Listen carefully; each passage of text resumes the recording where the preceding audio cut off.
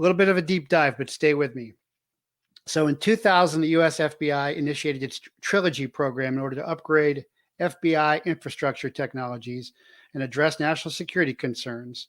And they hired prime contractor SAIC, Science Applications International Corporation. At Warrior School, we've done work with them back in the day, although it fell apart.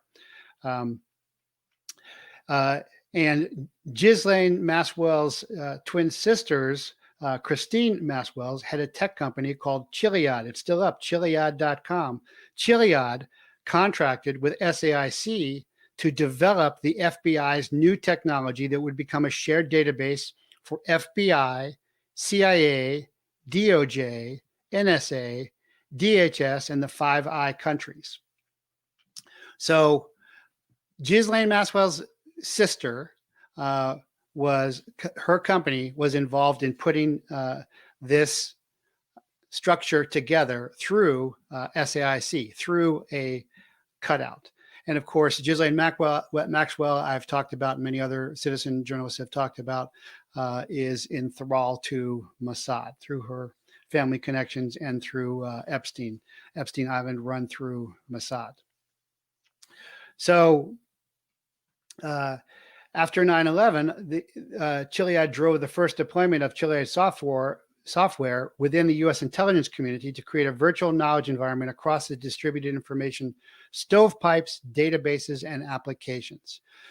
So remember, before 9/11, nobody was information sharing. And so that was the problem, because who's really going to find terrorists after 9/11 was beat cops and guys out in the community, not case officers, not tier one operators. But a while back, I told you that a year or two back, I went up to the ACTIC, the Arizona Counterterrorism Intelligence Center, and said I wanted to meet. And I gave them my social and my DOB. And I said, I'm all over JPass, which is the classified system, so you can verify my credentials. And I went up there because I had source information. And I went in and I said, where's the FBI? And they said, they're not here. I said, okay, then do you guys have clearances? No, we don't. So then how are you getting classified information? So the fusion centers that were set up were not doing anything. The same thing with the CIA programs to bring in DE agents. For example, it was a one-way flow of information, as often happens in a lot of non-functioning intelligence environments. So I had said, hey, I want to give some information, but I think the FBI is compromised. I don't want to give it to the FBI as the pass-through. I wanted to go to this other state. I wanted to go from Arizona, from the ACTIC, to this other state's fusion center. And so I told him that. And a couple of days later, I got a phone call from an FBI agent saying, who's your source? Not what about the information, who's your source? So that was the end of that. So the FBI is very incompetent and very corrupt. And I'm going to continue to delve into explain that. So Chiliad software was praised as solving all the issues that arose on 9/11. Of course, we know that the FBI, and I've done deep dives on this, let the Israeli art students into the country, passing through customs. I have talked to task force agents that have overheard ICE, back then it was customs, complaining about the FBI letting these guys through customs. When you're going to go in, you don't pass through customs normally if you're working with a special operations team or intelligence or federal. Somebody meets you and takes you through. It's like you're a diplomatic pal. I've done it many times. So Chiliad went on to create the Counterterrorism Investigative Data Warehouse based on the 9/11 Commission's most pointed recommendations. All well and fine there.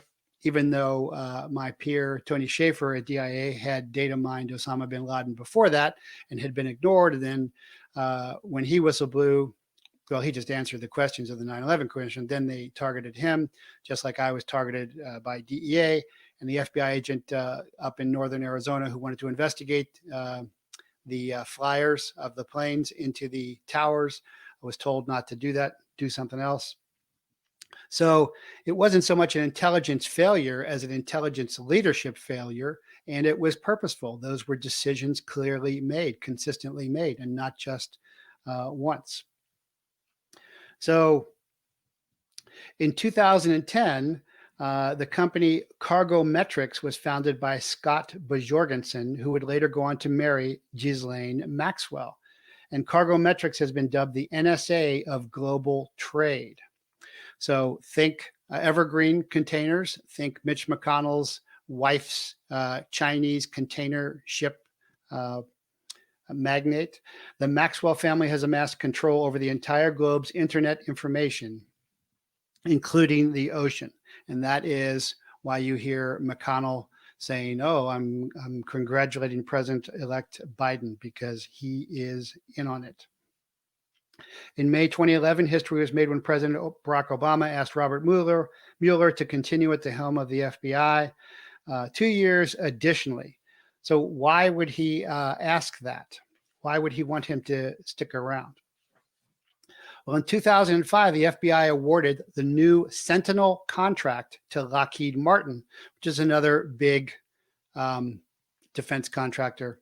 You know, Warrior School was a small defense contractor, although we did work with many of the big ones, but we were just training guys for pre-deployment and gals.